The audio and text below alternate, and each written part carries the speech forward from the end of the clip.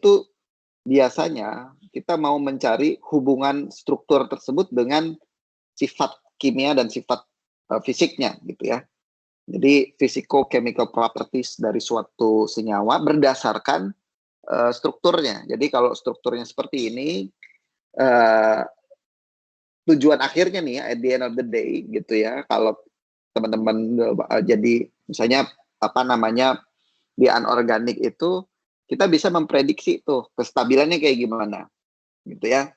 Nah, jadi kalau kita punya struktur senyawa kompleks misalnya, kompleksnya itu oktahedral atau mungkin tetrahedral, ligannya ini, kemudian atom pusatnya ini. Nah, kita kan udah tahu strukturnya kayak gimana.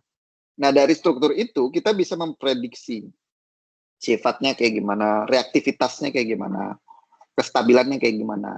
Terus kalau kita berbicara sifat fisiknya, warnanya apa gitu ya, konduktivitas elektroniknya kayak gimana gitu ya. Nah, hal yang sama juga nanti akan kita lihat polanya di organologam. Jadi organologam cuma spesifik organologam ini adalah molekulnya molekul yang terklasifikasi ke dalam molekul-molekul yang kita sebut sebagai organologam atau organometal gitu ya. Nah, itu saja bedanya dengan yang lain. Nah, jadi apa namanya oleh karena itu, jadi teman-teman sebenarnya nanti bahkan banyak melihat gitu ya, atau mungkin banyak membuka lagi buku-buku sebelumnya, pelajaran-pelajaran sebelumnya, materi-materi sebelumnya yang sudah kita pelajari di SRSA, kemudian LPSK, karena fundamentalnya di situ. Jadi bagaimana apa namanya skills yang sudah kita dapatkan di mata kuliah sebelumnya, terutama di SRSA dan LPSK dan LNL, itu bisa kita manfaatkan untuk nanti memahami gitu ya suatu senyawa organologam dari perspektif strukturnya seperti apa, kemudian dari situ kita bisa memprediksi kestabilannya, kemudian reaktivitasnya, dan mungkin di akhir apa namanya perkuliahan kita bisa melihat aplikasinya di beberapa reaksi kimia gitu ya. Jadi sebagian besar sih itu. Nah, mungkin sudah kelihatan ya PPT-nya ya, saya full screen. Jadi apa namanya mata kuliah ini, jadi sebelum kita masuk ke dalam materi ya. Jadi hari ini sih saya sih nggak terlalu akan banyak berbicara tentang details, cuma kita pengenalan apa itu organometalik gitu ya, kemudian apa saja contoh molekulnya dan lain sebagainya. Jadi belum sampai detail. Nah, sebelum ke sana, seperti biasa saya ingin sharing dulu silabus dari mata kuliah kita hari ini. Jadi, apa namanya, bagi teman-teman yang mungkin belum pernah diajar oleh saya, jadi saya memperkenalkan diri dulu deh. Nama saya Munawar Khalil, biasa dipanggil Khalil ya. Saya salah satu staf di divisi kimia anorganik gitu ya. Jadi, saya nggak tahu apakah kita sudah teman-teman sudah pernah apa namanya kuliah dengan saya gitu ya di LTSK atau SRSA ataupun malah kimia dasar. Tapi kayaknya saya nggak kimia dasar karena saya nggak megang kimia dasar untuk kimia. Saya ngajar kimia dasar untuk fisika biasanya, fisika, semi biologi sama matematika. Nah, kimia dasar kimia itu biasanya dihandle oleh Pak Agustino dan Bu Yuni.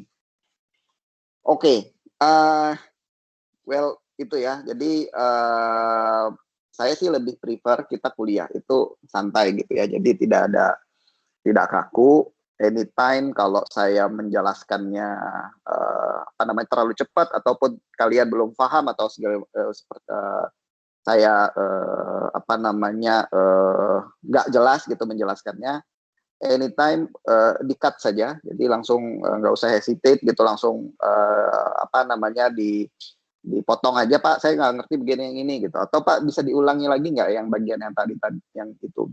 Nah itu nggak apa-apa, jadi nggak masalah. Jadi saya malah lebih suka kita apa namanya ngobrolnya itu both ways gitu ya. Jadi nggak satu arah aja saya ngobrol gitu.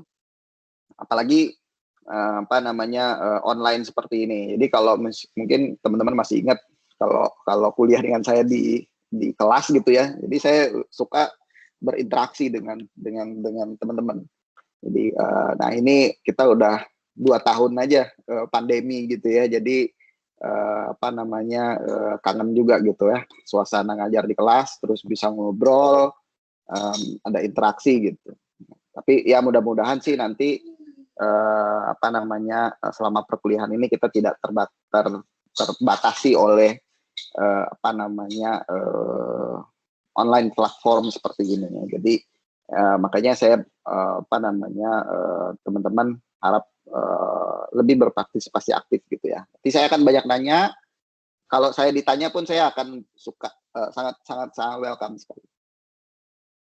Oke, nah itu terkait mekanisme kita di perkuliahan. Nah untuk textbook ya di organologam ini saya menggunakan buku apa namanya sebagai acuan saya ya, Spessart dan Meissler, judulnya Organometallic Chemistry yang second editions. Tetapi seperti yang saya sudah sampaikan juga mungkin di beberapa mata kuliah sebelumnya, teman-teman itu bebas untuk memilih textbook mana yang kalian apa namanya sukai lah gitu ya. Yang penting konteksnya itu sesuai.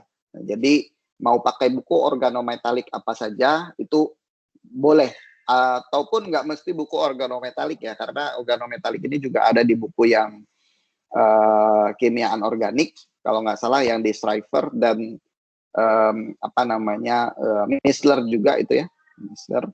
Nah itu di bagian-bagian akhir, cuma tidak sedetail buku yang ini karena dia memang buku khusus organometalik. Tapi kalau di buku Stryver misalnya itu cuma beberapa chapter dan apa namanya tidak dalam gitu ya ininya. Ya paling dia apa itu organometalik, kemudian 18 elektron dan lain sebagainya. Reaksi detail reaksinya itu tidak sebanyak yang dibahas di buku organometalik sendiri.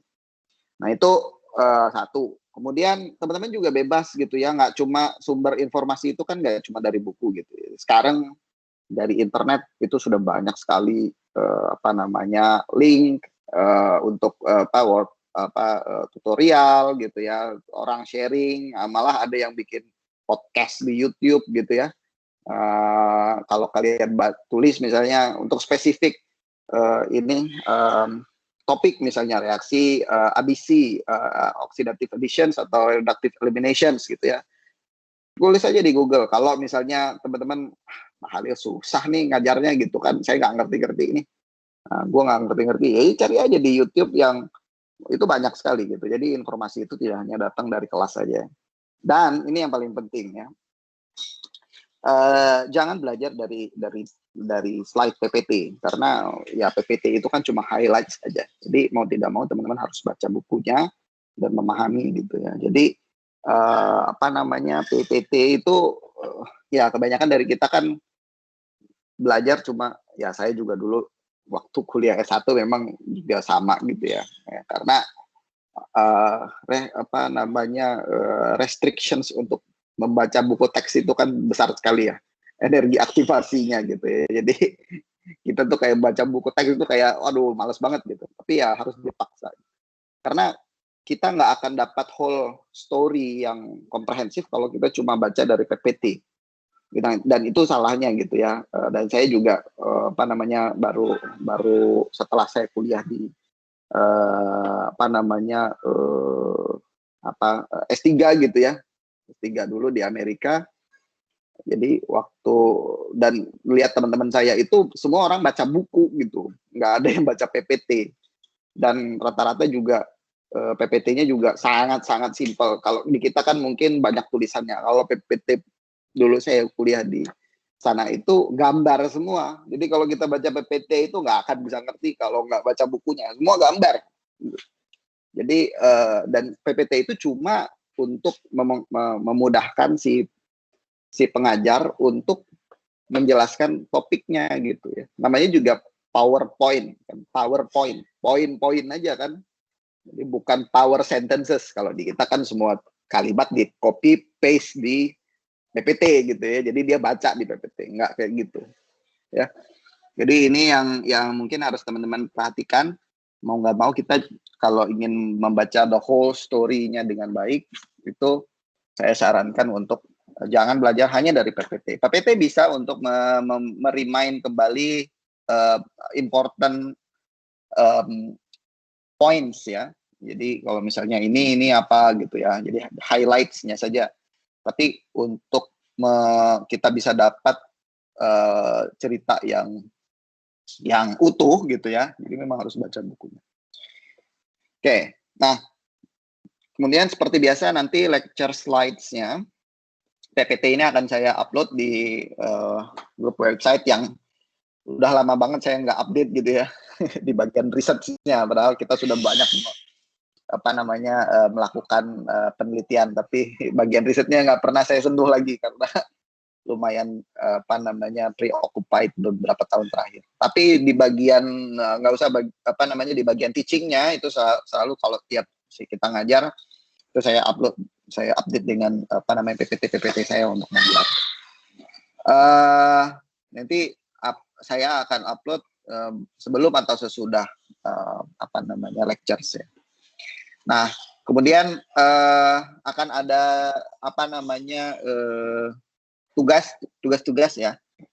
Nah, ini tugas-tugas ini juga penting untuk saya memonitor gitu ya, teman-teman. Pemahaman teman-teman itu kira-kira sudah sejauh mana, karena apalagi sekarang di masa kita kuliah dengan PJJ ini agak susah untuk saya melihat sejauh mana teman-teman tuh sudah menangkap apa yang saya sampaikan gitu ya.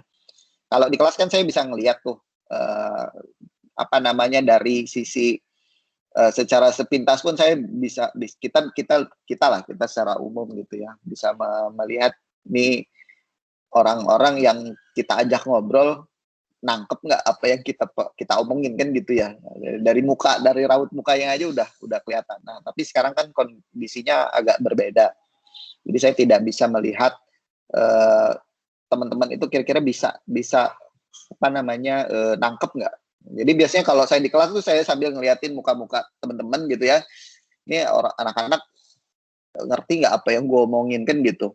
Nah, kalau misalnya rata-rata mukanya pada bengong, itu biasanya saya akan perlambat gitu ya. Jadi atau saya pakai analogi biar teman-teman tengah gitu. Kira-kira ini fenomena yang kita diskusikan. Nah, sekarang ini agak susah. Jadi kita sih to be frank aja ya gitu ya. Dengan kuliah online ini kan kita nggak tahu di sebelah sana, di ujung sebelah sana, apakah ada yang tidur kah, ada yang dinyalain terus dia ditinggal gitu sambil nonton TV atau sambil main ini, kita nggak tahu gitu. Jadi salah satu cara untuk saya memonitor kira-kira ini udah oke belum nih teman-teman nih menangkap, itu adalah dengan tugas. Nah, tugas ini yang penting harus teman-teman kerjakan. Jadi kalau dulu ya di beberapa mata kuliah yang lain itu tugas itu sangat besar komponennya di dalam penilaian, dan di sini pun juga akan saya terapkan seperti itu. Jadi biasanya saya menaruh komponen tugas itu 30%. Jadi kalau yang penting teman-teman ngerjain aja ya tugas itu. Memang tugas di mata kuliah saya pasti banyak, hampir setiap minggu akan ada PR gitu ya. Tapi itulah cara untuk kita memaksa diri kita untuk baca, karena kalau nggak ada, memang ada sih ada beberapa orang yang tanpa disuruh pun dia baca gitu, tapi ada juga teman-teman yang harus harus under pressure gitu ya, harus ada sesuatu untuk men-triggernya. Kan ini fenomena kimia juga kan ya, jadi ada suatu kondisi, suatu molekul yang ya anggaplah diri kita ini adalah molekul gitu ya, yang untuk mencapai produknya itu kan kita paham terhadap suatu materi kan gitu. Ada yang energi aktivasinya besar gitu ya, ada yang energi aktivasinya tidak terlalu besar. Jadi yang kalau tidak terlalu besar ini kan dia secara termodinamik dan kinetik gampang aja dia melewati ham energi itu, energy barrier itu ya. Jadi tinggal baca aja. Tapi ada juga orang yang keadaan intermediate-nya itu tinggi gitu ya. Intermediate state-nya itu tinggi, energy barrier-nya itu tinggi. Jadi dia harus perlu didorong gitu. Nah, si homework inilah sebagai katalisnya. Jadi dia ya, dipaksa gitu ya, didorong biar dia secara termodinamik, kinetik favorable untuk membaca buku gitu atau mengerjakan tugas secara langsung dia paham gitu. Nah jadi nanti akan ada tugas, kemudian presentasi gitu ya, yang akan saya minta teman-teman untuk mengerjakan. Nah untuk komponen ujian itu kalau nggak salah, saya lupa taruh di sini, itu kalau saya totalnya 70% ya, karena itu minimal dari fakultas, nggak boleh rendah dari itu. Saya sih pengennya kalau saya turunin lagi gitu. Jadi ujian itu tidak, saya salah satu yang kurang setuju bahwa ujian itu adalah final justifications untuk menjudge seseorang itu paham atau tidak kan gitu. Sebenarnya PR itu yang lebih berperan gitu ya. Kalau kita kan UTS UAS itulah ya yang menjadi penentu kita lulus apa enggak gitu. Nah, tapi saya lebih suka sebenarnya tugas yang menjadi komponen utamanya. Oke. Sampai sini ada pertanyaan dulu nggak terkait dengan silabus kita? Untuk detail apa saja chapter-chapter yang akan didiskusikan saya sudah post di Siak ya. Jadi tinggal lihat teman-teman di SAP-nya, Satuan Acara Pembelajaran, masuk ke Siak, lihat SAP-nya. Nah, minggu-minggunya itu ada tuh. Minggu ini kita ngediskusiin apa, minggu depan ngediskusiin apa gitu ya. Sudah ada di situ. Jadi tinggal dicek saja. Oke, jelas? Jelas, Pak. Oke. Nanti saya juga akan bikin emas ya, bertahap gitu. Nah, ini juga karena ini kuliah pertama, saya ingin meminta maaf terlebih dahulu nih ya.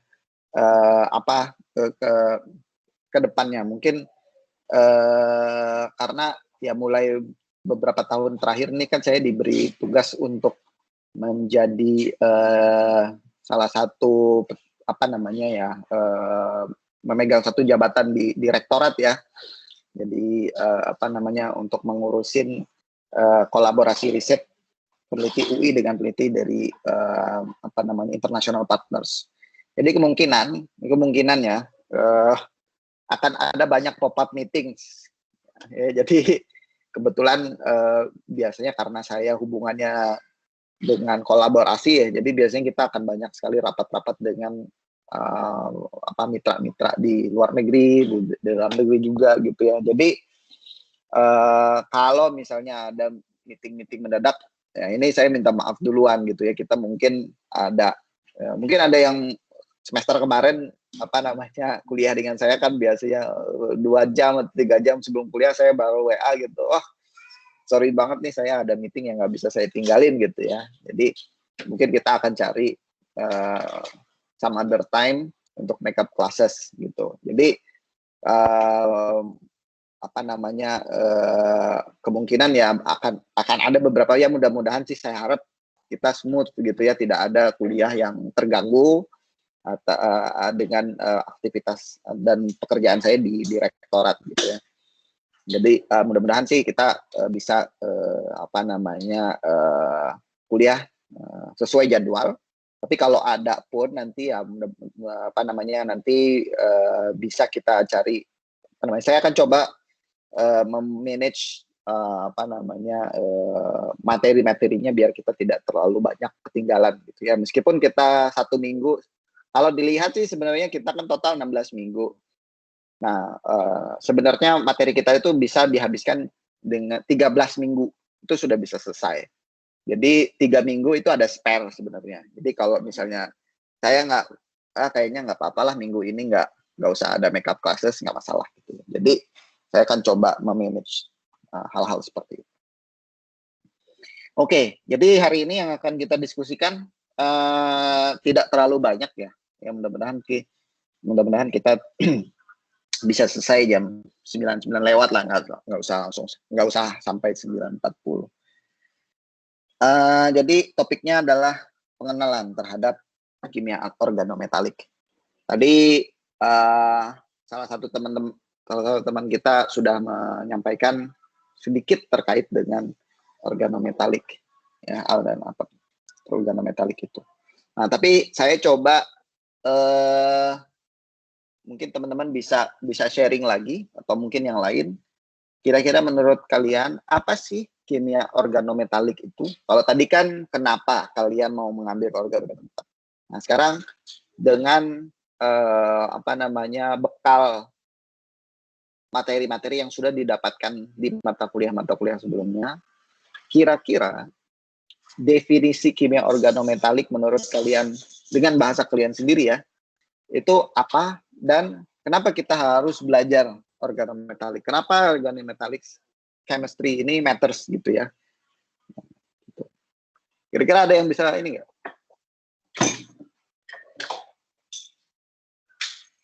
Silakan.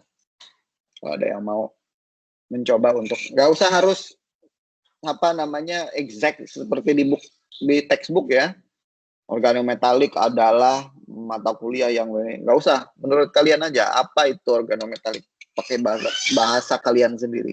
Karena itu yang biasanya lebih nempel tuh. Izin coba jawab, Pak. Ya. Jadi menurut saya itu kimia organometalik itu adalah suatu studi di mana yang mempelajari susunan molekul suatu metal atau logam yang bisa bercampur dengan suatu molekul-molekul organik dan nanti bisa dimanfaatkan sebagai apa tergantung dengan sifatnya bagaimana. Terus kenapa kita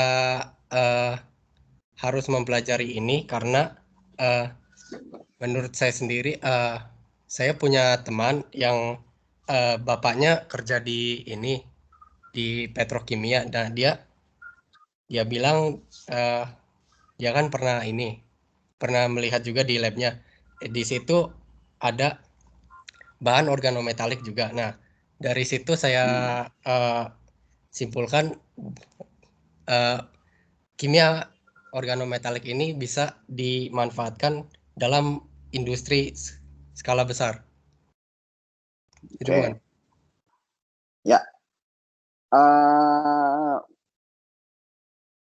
Basically sih betul ya. Tapi saya pengennya yang simple gitu ya. Jadi ada nggak mungkin pendapat lain atau mungkin mau mengomentari tadi pendapat siapa tadi, saya nggak lihat namanya karena monitor saya full screen. Ahdani, Pak. Oke. Pendapat Rahman siapa? Ahdani, Pak. Ahdani. Oke, pendapat Ahdani tadi barusan. Nah, atau punya pendapat lain kira-kira organometalik itu apa gitu. Tadi ada satu kata kunci yang yang menarik tadi ya, yang disampaikan oleh Ahdani. Kimia organik atau molekul organik. Nah, kita kan teman-teman kan rata-rata udah ngambil organik kan ya. Nah, molekul yang kita sebut sebagai molekul organik itu ciri-cirinya apa sih? Kira-kira. Jadi kita bisa mendifferentiate nih kalau misalnya kita mau spesifik adalah senyawa organik itu apa gitu. Dengan senyawa yang non organik kan gitu. Karena di judulnya ini spesifik organometalik gitu. Jadi kan dari namanya aja udah kita bisa bayangin nih kira-kira soalnya senyawanya kayak gimana kan gitu. Jadi ada organonya, ada senyawa organiknya, ada logamnya, ada metalnya gitu. Nah, tapi kan kita harus tahu dulu bisa mendiferensiate senyawa organik itu senyawa apa gitu. Yang kayak gimana? Senyawa hidrokarbon, Pak. Hidrokarbon. Ya. Selain hidrokarbon itu kan artinya hidrogen dan karbon kan ya? Iya, Pak. Oke. Nah, selain unsur karbon dan hidrogen, yang termasuk senyawa organik itu bisa apakah senyawa organik itu cuma senyawa-senyawa yang mengandung karbon dan hidrogen saja? Kalau unsur lain, nitrogen, misalnya, sulfur, oksigen, termasuk nggak? Alkohol, karena alkohol kan kita tahu senyawa organik kan. Tapi di situ tidak hanya ada karbon dan hidrogen saja, tapi ada oksigen juga kan. CH3, OH misalnya, metanol.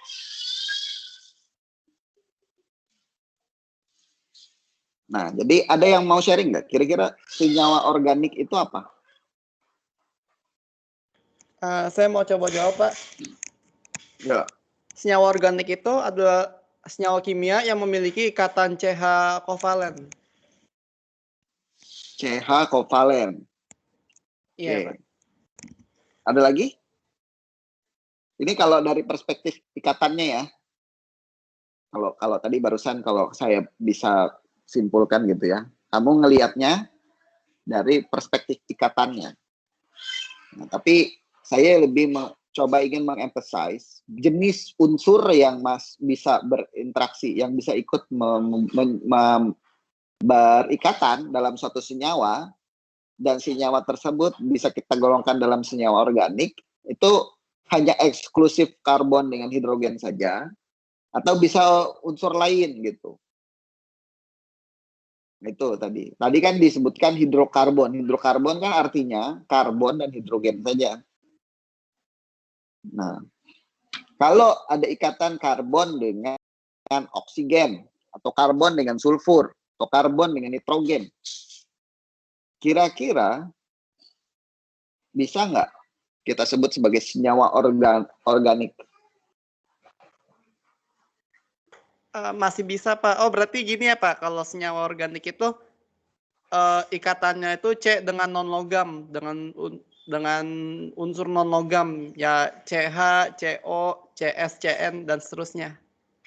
Ya, jadi secara umum sih, ya ini kan memang ada beberapa pendapat ya. Secara umum sih dengan unsur-unsur non-logam. Tetapi unsur non-logam kan juga banyak ya.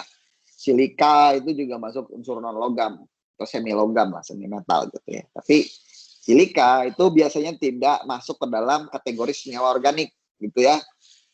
Jadi pasir itu SiO2 kan silika dengan oksigen gitu ya. Atau silikon karbide SiC.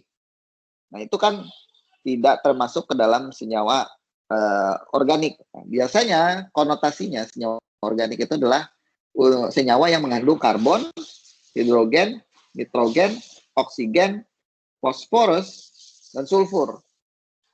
Ya gitu ya. Jadi itu tadi. Nah, ada juga orang yang mengasosiasikan senyawa organik itulah senyawa yang available, abundant di alam. Tapi itu sudah tidak relevan lagi karena kita juga sudah bisa mensintesis senyawa organik gitu ya. Jadi senyawa organik yang tidak ada di alam kita bisa bikin gitu ya. Ya memang rata-rata sih senyawa yang kita sintesis sekarang itu merupakan mimik dari senyawa yang ada di dalam. Kita niru gitu. Misalnya kan alkohol, etanol ataupun misalnya kafein. Kita bisa sintesis di lab, tetapi kita memimik strukturnya itu. Tapi di beberapa kondisi kita juga mensintesis suatu senyawa yang completely new, yang baru, yang tidak ada di alam sama sekali gitu ya. Tapi kita bisa sintesis dan dia stabil gitu. Nah, jadi senyawa organik itu lebih banyak didefinisikan sebagai senyawa tadi yang mengandung unsur-unsur tersebut. Nah, apa relevansinya dengan di sini? Nah, jadi kan kita tahu, kita sudah belajar di LPSK apa itu senyawa kompleks. Ya, masih ingat nggak definisi senyawa kompleks apa?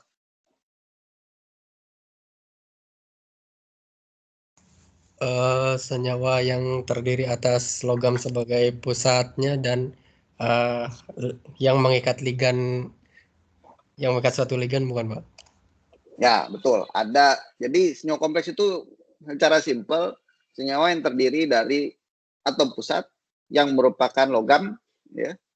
Biasanya bisa logam transisi ataupun logam utama, baik dalam bentuk ion ataupun logamnya, dan ligan.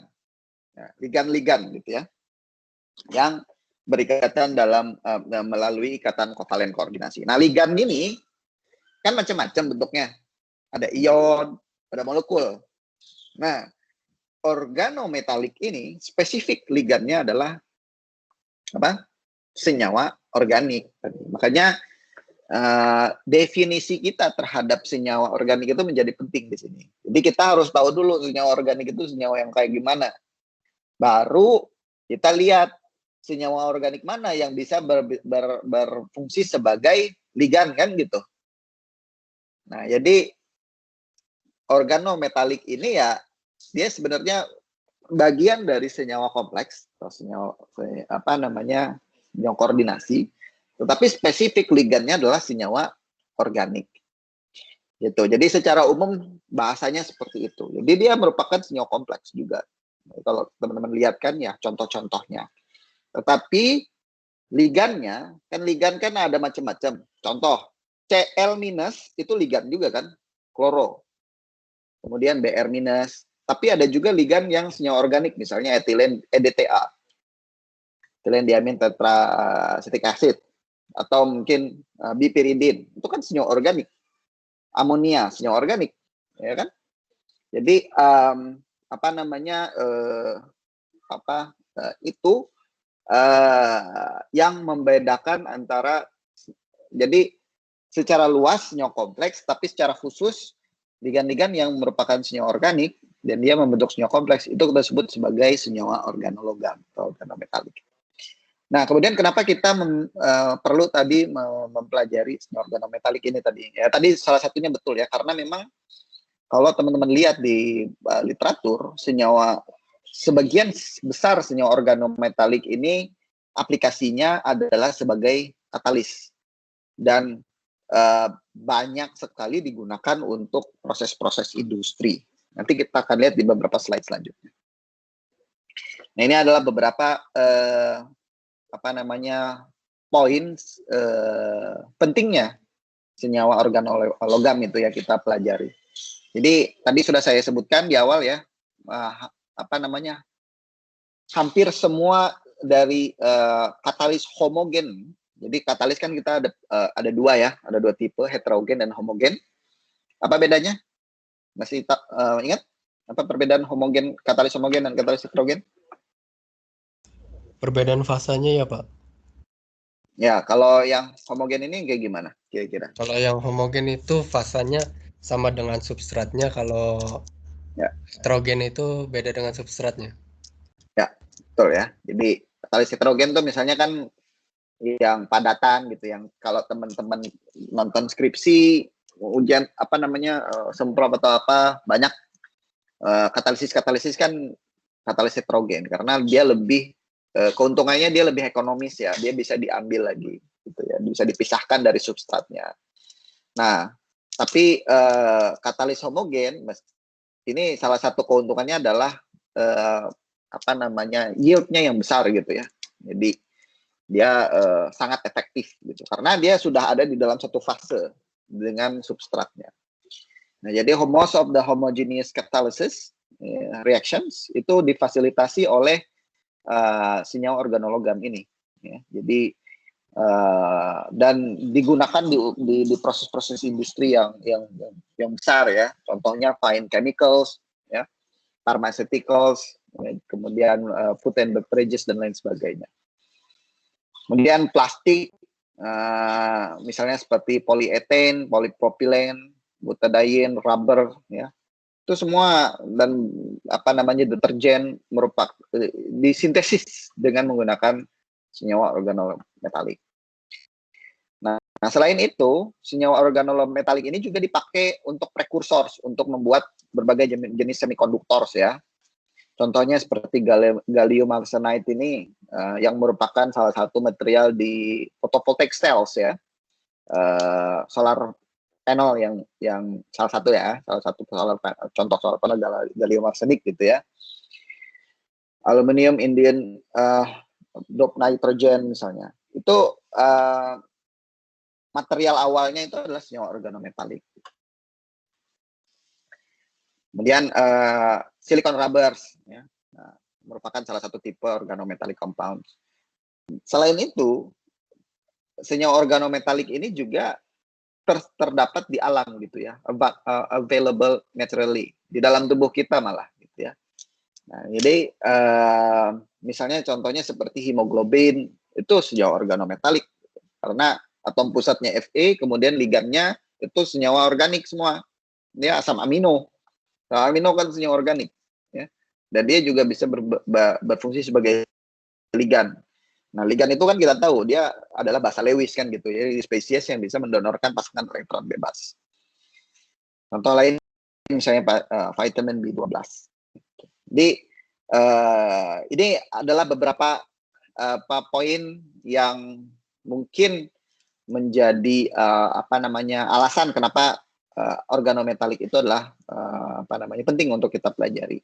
Terutama untuk teman-teman yang nanti mungkin pengen terjun tadi salah satunya ke industri, ya.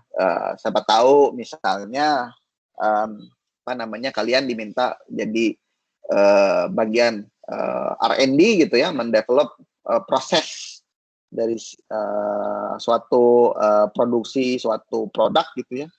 Nah, kalian diminta untuk meningkatkan yieldnya. Jadi ya pengetahuan tentang organometalik ini mungkin bisa dipakai nanti.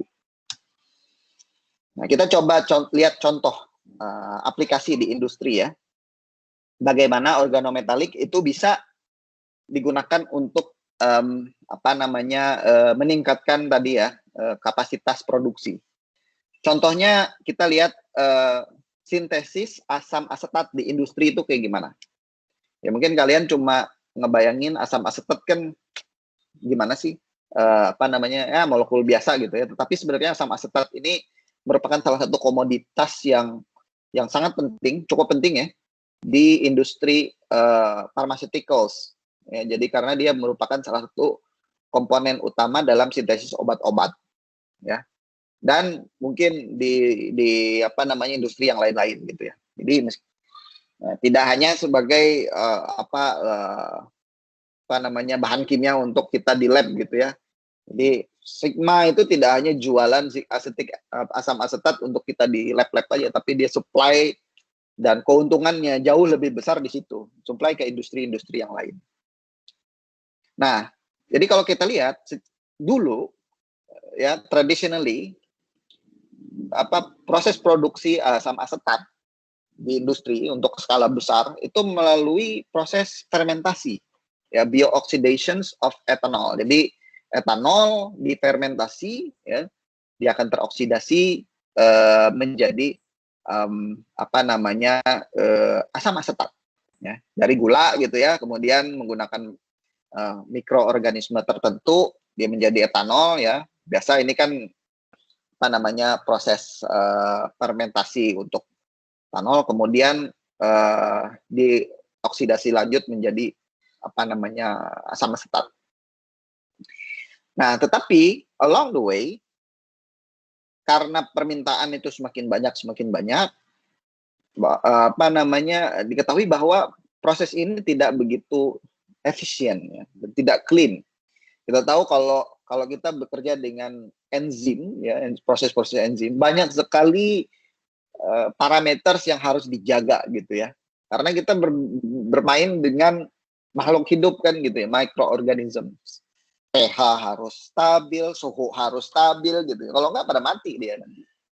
Jadi enzymatic proses ini memang yieldnya besar, tapi hanya oke di skala-skala kecil. Kalau kita mau bicara sintesis 1000 ton misalnya acetic acid per day, kalian bayangin gimana susahnya gitu ya. Nah, makanya chemist ya selalu mencoba untuk meningkatkan performance dari produksi ini. Nah, sekarang sintesis asam asetat itu tidak lagi dilakukan dengan menggunakan fermentasi, tetapi menggunakan proses reaksi kimia di mana katalis yang digunakan itu adalah senyawa organologam. Ya, jadi proses ini yang kita sebut sebagai Monsanto proses, di mana senyawa organologam yang merupakan rhodium kompleks di sini digunakan sebagai katalis untuk mengkonversi reaksi yang mirip ya. Jadi metanol oxidation, di sini etanol oxidation. Kalau di sini metanol ya, gunakan metanol oxidation untuk mensintesis asam asetat. Nah, kalau kita lihat di sini prosesnya, dibandingkan tadi proses yang fermentasi, yang cenderung sangat tergantung dari kondisi dari fermentasi yang dilakukan. Misalnya, kalau kita mau pindahin, misalnya kalau ada bakteri yang hanya bekerja di satu daerah tertentu karena dia sangat tergantung dari climate-nya gitu ya, humiditas gitu, kelembaban, pH, suhu dan lain sebagainya. Nah, tapi kalau kita pindahin misalnya pabriknya ke tempat lain, kinerjanya menjadi tidak optimal. Nah, jadi itu banyak sekali drawbacks meskipun mungkin yield-nya besar. Nah, tetapi dengan menggunakan Monsanto proses ini, kalau kita lihat di sini proses ini sintesis tadilah asam asetat itu bisa dilakukan di kondisi yang tidak terlalu ekstrim lah kalau kita lihat ya, tekanan 30 sampai 60 atmosfer, suhunya 150 sampai 200 dan selektivitasnya itu sangat baik ya. Lebih bisa hampir 99%, hampir 100% malah, greater than 99%. Jadi pertama kali develop ya, dikembangkan oleh Monsanto Company ya, BASF gitu ya. Nah, jadi prosesnya kira-kira seperti ini. Ya, jadi tadi metanol itu dioksidasi ya, melalui siklus reaksi ya, yang nanti di beberapa slide selanjutnya ya, along the way teman-teman pasti akan kita akan lihat detail apa yang kita sebut sebagai reaksi oxidative addition, kemudian reductive elimination. Di sini ada 16 elektron, 18 elektron. Ini apa maksudnya? Nah, jadi oleh karena itu mata kuliah ini dalam mata kuliah ini kita akan belajar tadi bagaimana mekanisme ya proses tersebut. Ya, jadi untuk memahami seluruh proses dalam katalisis ini, ya, kita akan melihat di sini misalnya seperti aturan 18 elektron. Jadi kenapa ini apa sih driving force yang menyebabkan misalnya spesies ruthenium yang 16 elektron ini bisa berubah menjadi ruthenium 3+ gitu ya, dengan jumlah elektron 18. Bagaimana kita bisa menghitung jumlah elektron ini kan gitu. Itu akan yang akan kita pelajari nanti dalam mata kuliah. Oke, sampai sini ada pertanyaan dulu terkait apa itu tadi peran penting dari senyawa organometalik. Belum saya lanjutkan.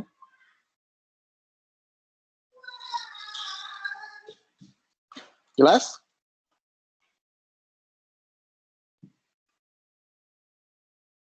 Jelas, Pak. Jelas, Pak. Oke. Nah, ini adalah beberapa contoh senyawa organometalik yang lain ya. Nah, ini nanti akan kita lihat lebih detail di sini. Nah, kalau kita melihat struktur seperti ini, secara umum kita bisa mendefinisikan apa sebenarnya senyawa organometalik. Jadi secara umum, ini ya definisi dari organometalik tadi. Jadi tadi di awal sudah saya singgung sedikit ya. Jadi organometallic chemistry is the chemistry of compounds containing at least one metal carbon bond. Ya, jadi ini definisi yang pertama. Jadi secara umum tadi adalah senyawa koordinasi di mana ligannya itu adalah senyawa organik kan tadi ya. Nah, tetapi di beberapa buku definisinya itu senyawa yang bisa kita kategorikan ke dalam senyawa organometalik itu ada 3 tipe. Yang pertama, si senyawa tersebut harus memiliki at least satu ikatan antara logam dan karbon. Jadi kalau teman-teman lihat ada ikatan logam dengan karbon, seperti di sini kobalt dengan karbon di sini ya. Nah itu bisa kita masukkan dalam kategori senyawa organologam. Yang pertama.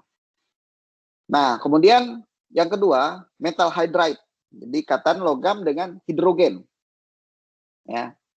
Jadi kalau ligannya hidrogen, nah itu any molecules yang memiliki ikatan atau memiliki ligan hidrogen itu bisa juga kita masukkan ke dalam kategori senyawa organologam. Nah, kemudian metal fosfin juga metal fosfin ini logam dengan fosforos ya.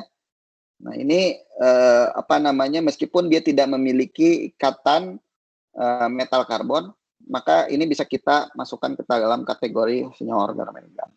Nah, lalu pertanyaannya kemana sulfur dan nitrogen? Nah, memang ini ada beberapa perdebatan ya di kimia organik sendiri. Apakah nitrogen dan sulfur? Ada beberapa buku memang yang memasukkan kategori kalau ikatan logam dengan nitrogen, misalnya seperti hemoglobin itu kan ikatannya antara Fe dengan histidin kalau tidak salah ya, salah satu residu asam aminonya yang di hemoglobin itu. Histidin kan dia nitrogen ya. Nah, jadi pasangan elektron bebasnya itu ada di atom nitrogen.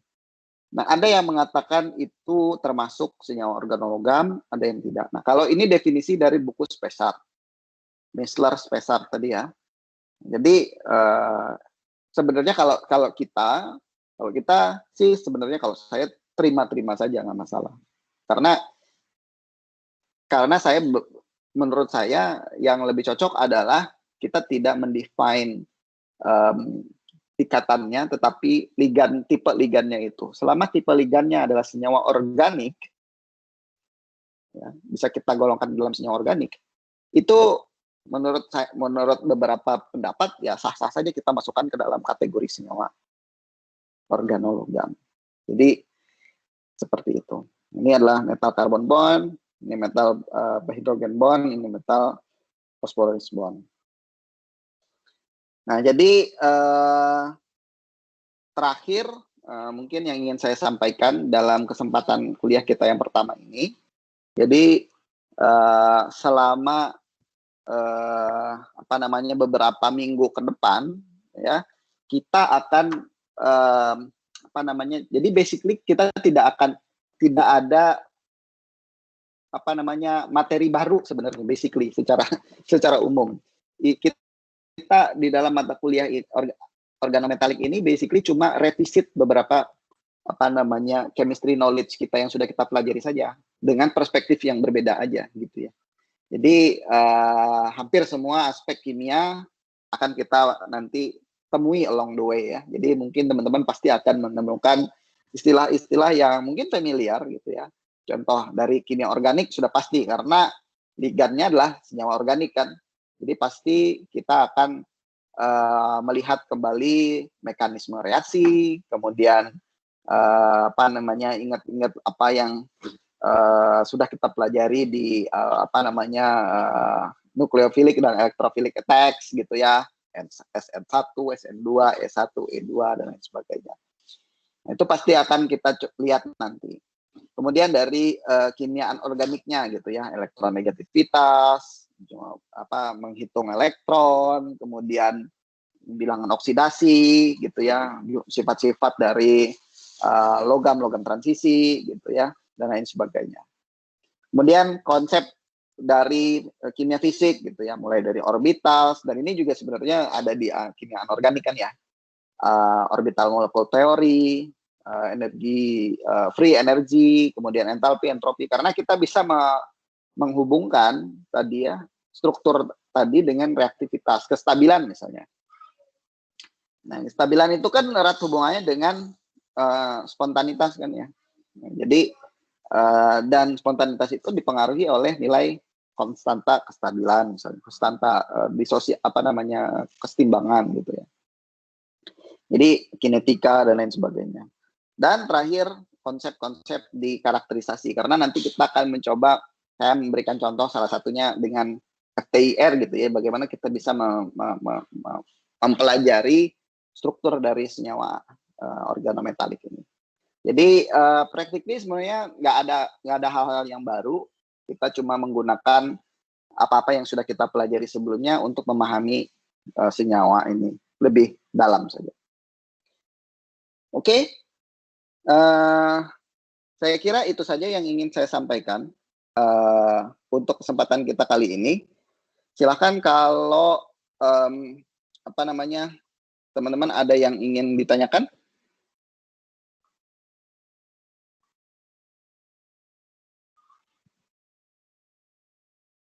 Sudah jelas? Jelas, Pak. Oke. Baik, kalau gitu mungkin saya sudahi saja ya pertemuan kita kali ini. Nggak sampai jam 9, jadi karena ini kuliah pertama, jadi saya stop di sini aja. Minggu depan kita sudah mulai masuk ke ikatannya, bagaimana kita bisa memahami tadi ikatan kimia antara kovalen koordinasi ya antara logam dengan ligan tadi. Nah, ligan ini spesifik adalah ligan senyawa organik.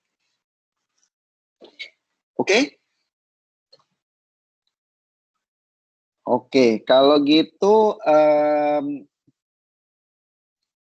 nanti PPT coba akan upload ya seperti biasa di website. Oke, kalau tidak ada pertanyaan lagi, saya ucapkan terima kasih atas kehadiran dan